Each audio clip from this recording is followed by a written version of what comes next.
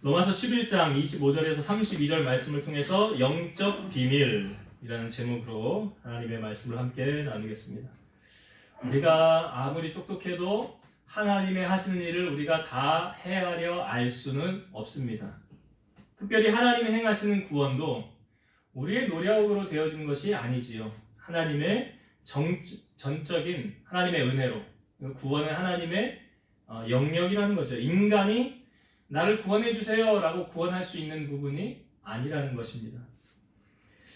사도 바울은 고린도전서 2장 4절에서 5절 말씀 보면 내 말과 내 전도함이 설득력 있는 지혜의 말로 하지 아니하고 다만 성령의 나타남과 능력으로 하여 너희 믿음이 사람의 지혜에 있지 아니하고 다만 하나님의 능력에 있게 하려 하였노라. 사도 바울이 많은 영혼을 구원했지요. 이방인이며 유대인이며 주님 앞에 돌아오게 한 사건이 많지 않았습니까? 그런데 자기의 지혜로 지식으로 하지 않았더라. 성령의 나타남과 능력으로 하였더라. 그러니까 우리가 말씀을 전할 때 여러분 은혜라는 것도요. 그 사람에게 하나님이 그냥 부어주시는 거지. 그러니까 하나님이 부어주지 아니하시면 누구도 하나님의 은혜를 받을 수가 없는 것입니다. 바울은 자기가 하나님의 도구일 뿐이고 이 모든 일을 실행하시고 주장하시는 분은 하나님이시다라고 말하고 있어요. 그래서 바울은 나는 심었고 아볼로는 물을 주었으되 오직 하나님께서 자라나게 하셨나니 그런즉 심는 이나 물 주는 이는 아무것도 아니로되 오직 자라나게 하시는 이는 하나님뿐이니라. 고린도전서 3장 6절에서 7절. 아볼로파다, 바울파다, 여러 파 막 이렇게 막 나뉘어지고 혼란스러운 가운데 우리는 아무것도 아니다. 우리는 다 그냥 도구일 뿐이지. 결국 자라나게 하시는 분은 누가 하시느냐? 하나님만이 하신다. 바울이 말하고 있어요. 우리가 저번 주 말씀에 보면 이방인, 특별히 로마 교회의 기득권 세력은 유대인이었습니까? 이방인이었습니까? 이방인이었죠. 유대인들이 다 추방령을 내렸잖아요. 글라우디오가. 그래서 유대인 추방령을 내려서 다 유대인이 떠나가고 나중에 네로가 정권을 잡았을 때 다시 유대인들을 받아들이는 정책을 했죠. 그래서 나중에 돌아와 보니까 이미 로마 교회는 누가 기득권을 다 잡고 있어요?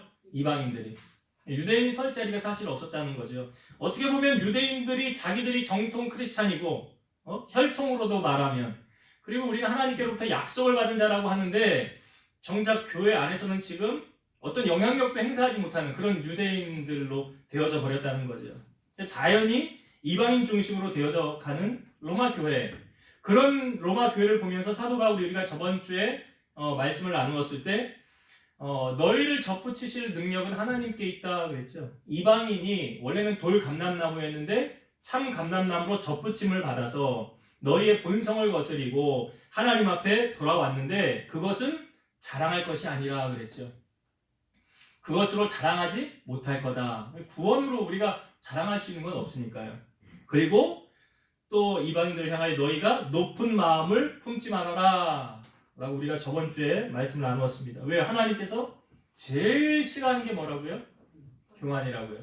그래서 선악과를 먹게 된 배경도 너 이거 먹으면 누구처럼 된다? 하나님처럼 된다. 이게 인간이 하나님처럼 높아지려고 하는 어디서 오는 거예요? 교만한 마음 아니에요.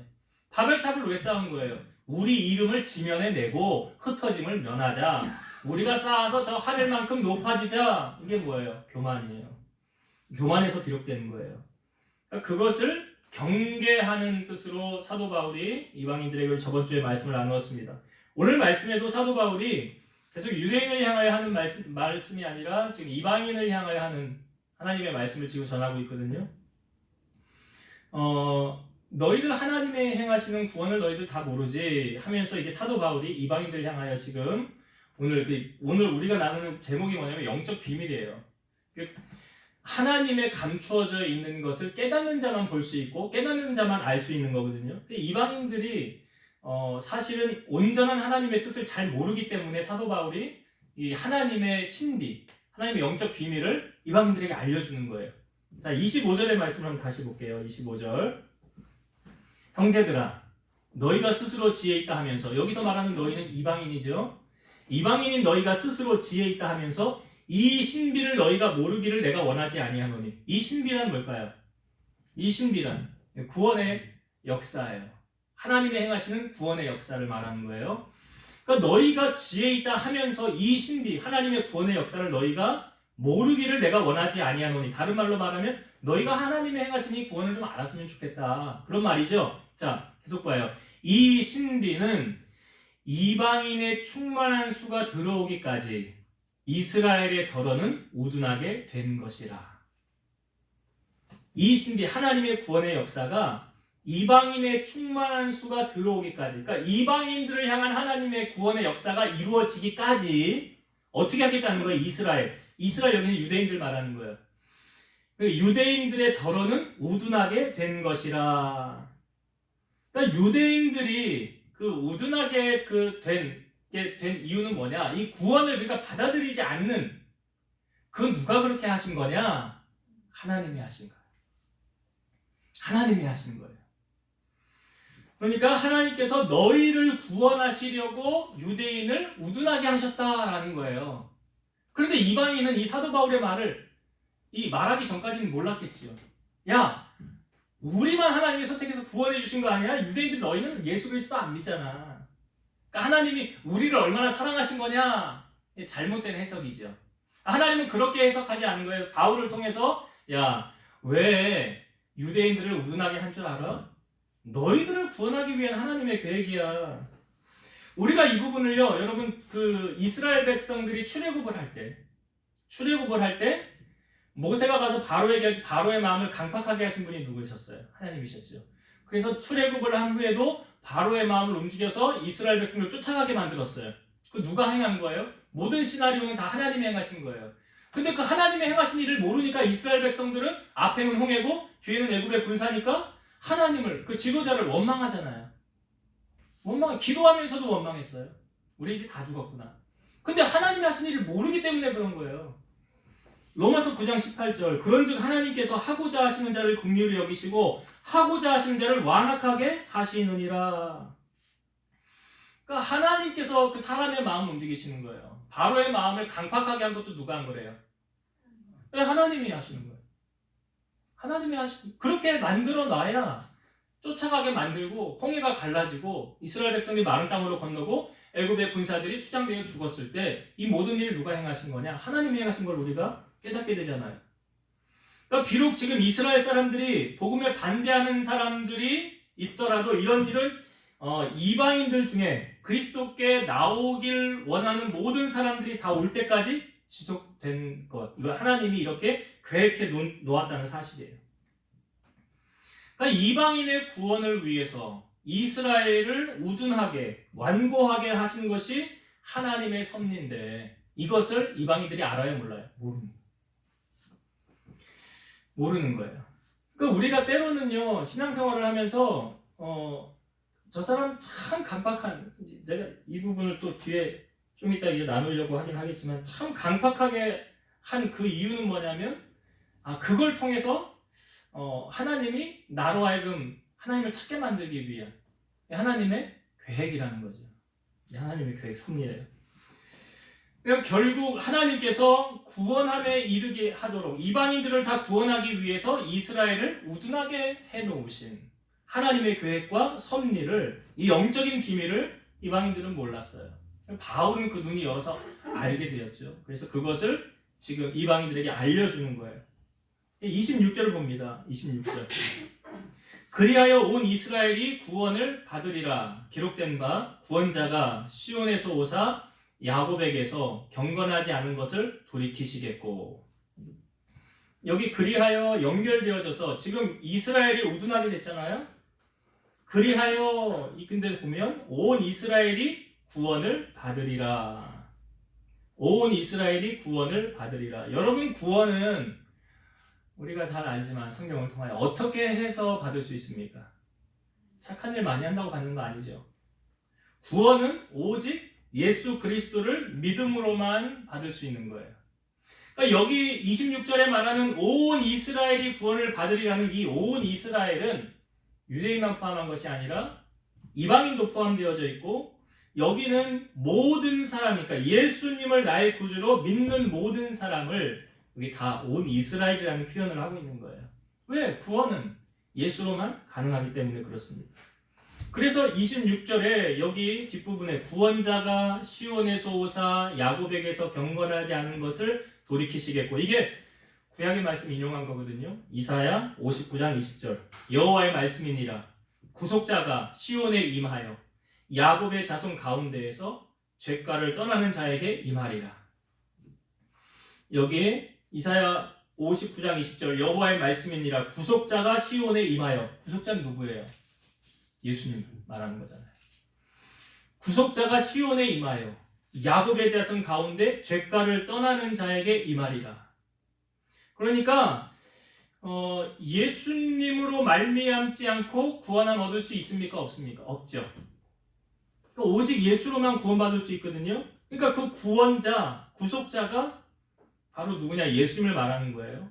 오늘 26절에 나오는 구원자가 시온에서 오사 야곱에게서 경건하지 않은 것을 돌이키시겠고, 이 여기서 말하는 이 구원자는 누구라고요? 예수님. 예수님을 말하는 거예요. 다른 방법으로 구원을 얻을 수 없다는 거예요. 27절도 좀 볼게요. 27절 내가 그들의 죄를 없이 할 때에 그들에게 이루어질 내 언약이 이것이라 함과 같으니라. 여기 그들의 죄를 없이 할 때, 여러분 어떻게 그 누군가가 죄를 사해 주실 수 있습니까? 죄를 사해 주실 수 있는 유일한 한 분이 있죠. 누구예요? 예수 그리스도. 주님만이 우리의 죄를 사해 주실 수 있다는 거죠. 여기 20절 그들의 죄를 없이 할 때 예수님이 오셔서 그들의 죄를 사해 주신다.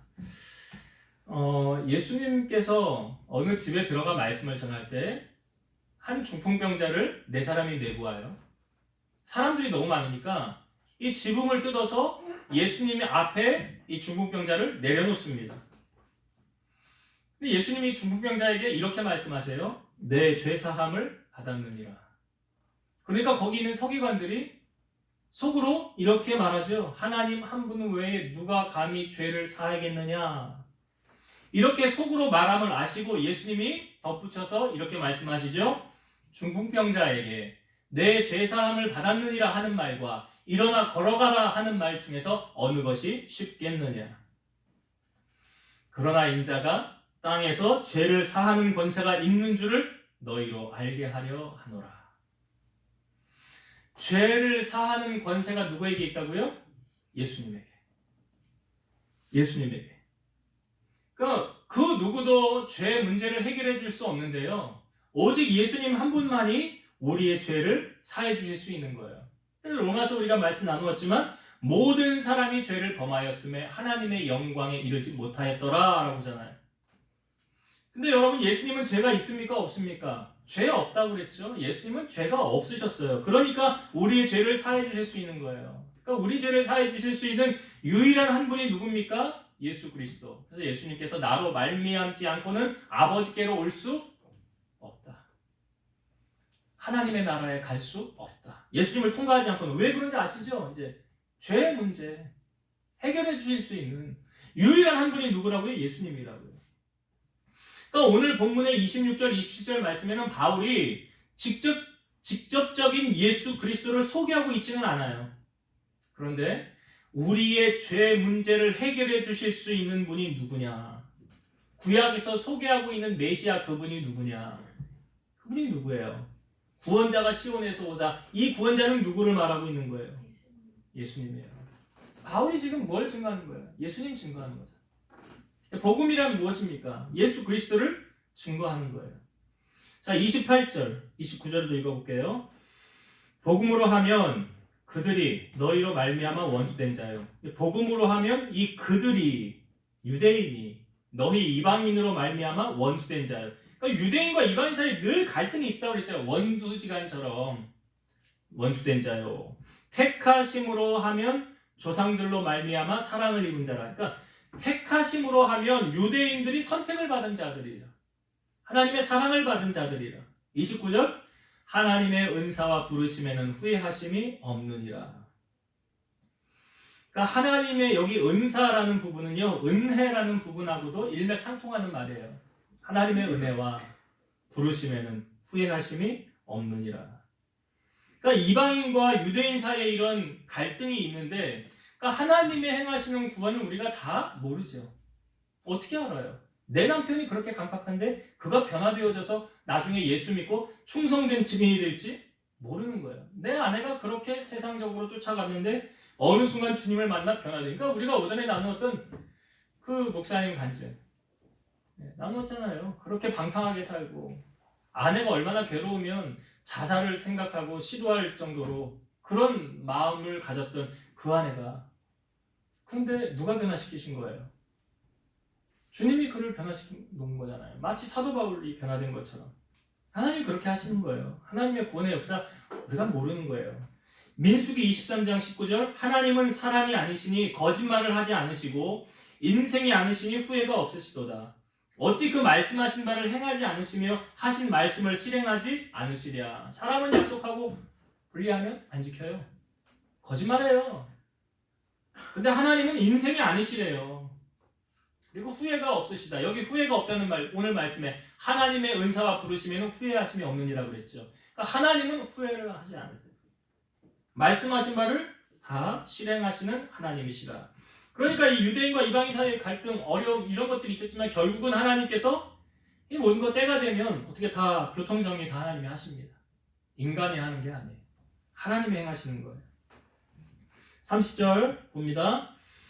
너희가 전에는 하나님께 순종하지 아니하더니 이스라엘이 순종하지 아니함으로 이제 긍휼을 입었는지라. 이게 사실은 이방인들이 유대인들에게 감사할 조건이라는 거예요. 이 30절의 말씀을 보면 너희가 전에는 이방인 너희가 전에는 하나님께 순종하지 아니하더니 그러니까 이스라엘이 순종하지 아니함으로 이제 긍휼을 그러니까 이스라엘이 순종하지 않고 하나님을 예수 그리스도를 받아들이지 아니함으로 이제 그 이스라엘로 향하는 하나님의 사랑이 누구에게 갔다는 거예요? 이방인에게 갔다는 거예요. 이방인에게. 그러니까 이방인은 유대인에게 원수지간이 아니라 어떻게 돼? 감사할 조건이죠. 그러니까 우리가 여러분 살면서 우리를 받게 하는 사람들, 나를 힘들게 하는 사람들이 감사의 조건입니까? 원망의 조건입니까? 예? 감사할 조건이에요? 감사하십니까? 그 사람 때문에? 로마서 12장 여기 뒷부분 한번 보세요. 로마서 12장 19절부터 21절의 말씀. 로마서 12장 19절부터 21절.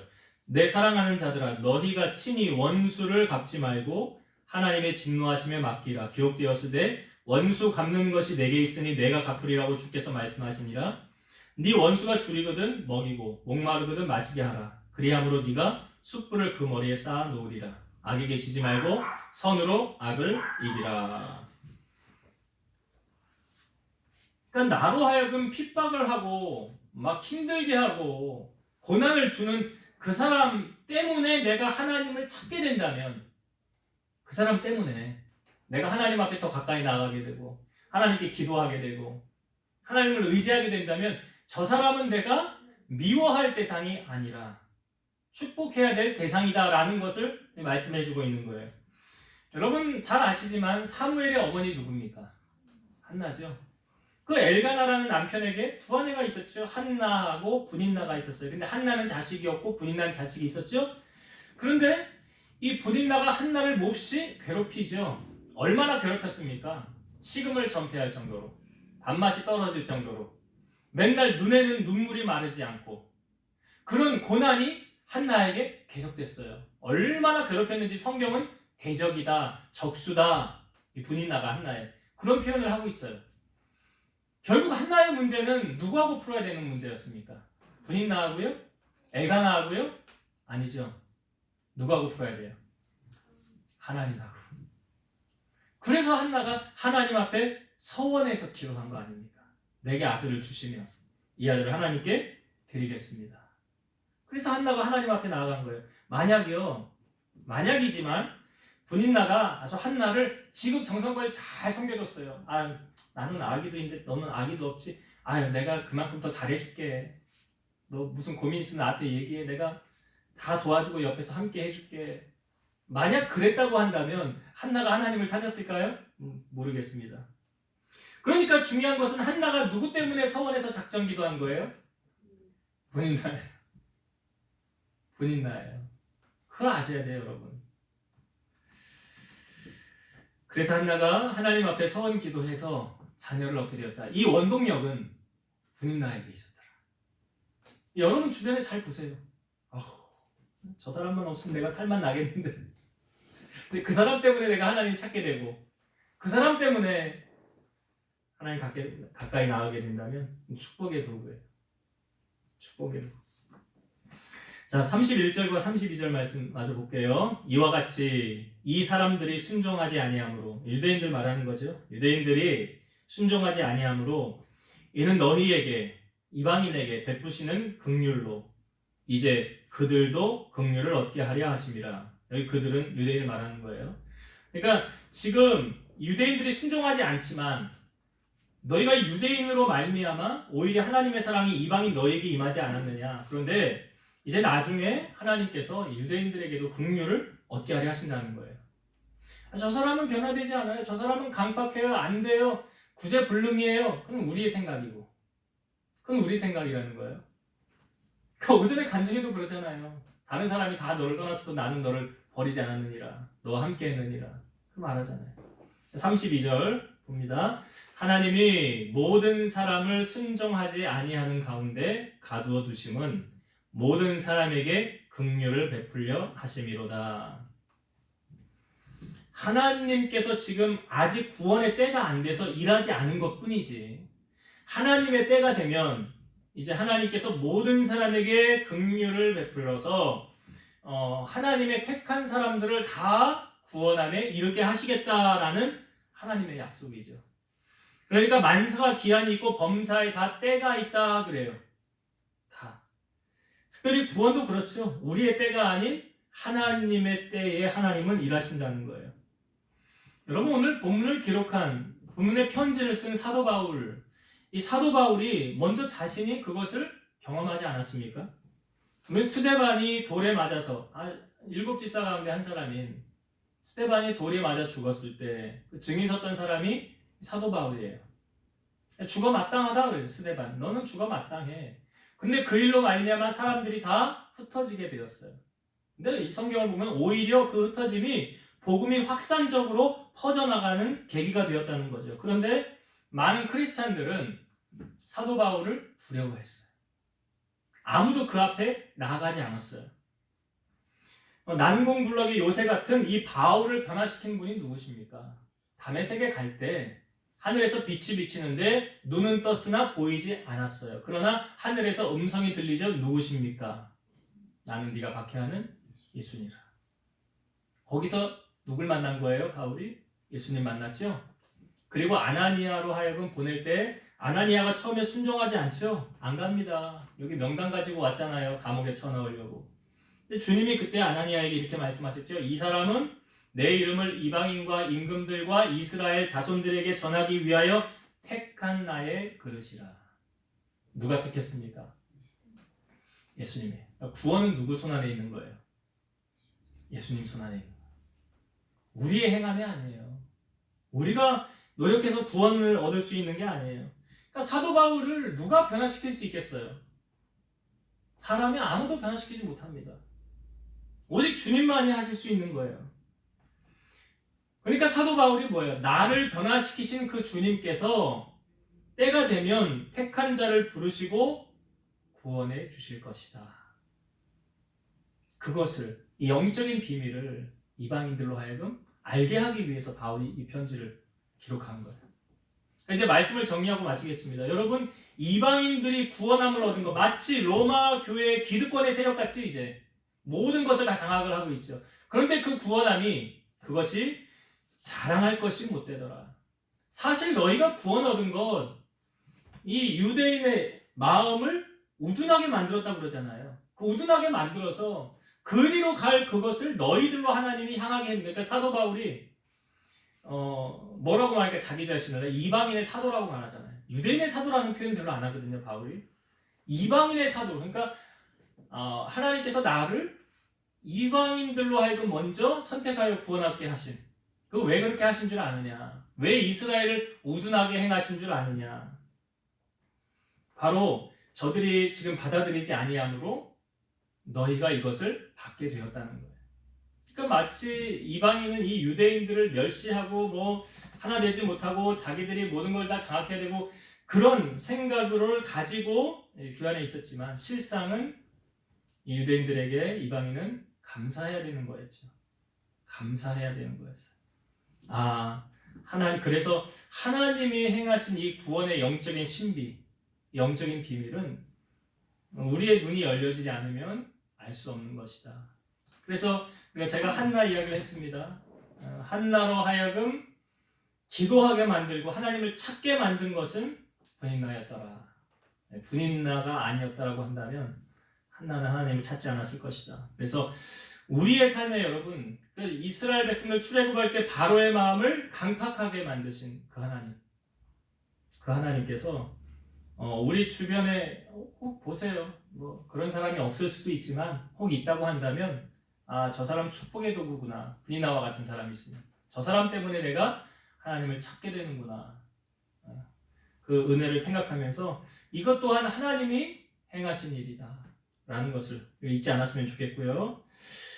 여기 바울이 지금 자기의 간증을 이야기하고 있지만 실상은 구원은 누구로부터 받을 수 있습니까? 예수 그리스도죠.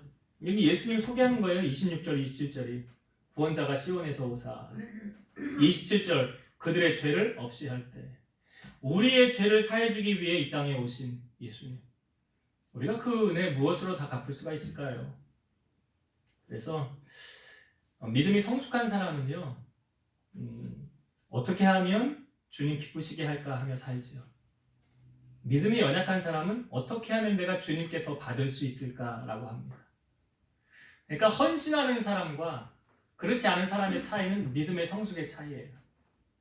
그래서 오늘 우리가 주님의 은혜로 우리가 구원받았다고 한다면 내 남은 생애는 주님을 기쁘시게 하고 하나님께 영광을 돌리는 그러한 삶으로 하나님 기쁘시게 하며 살아가는 우리 성도님들 다 되시기를 주의 이름으로 축원드립니다. 기도하시겠습니다. 살아계신 하나님 감사합니다.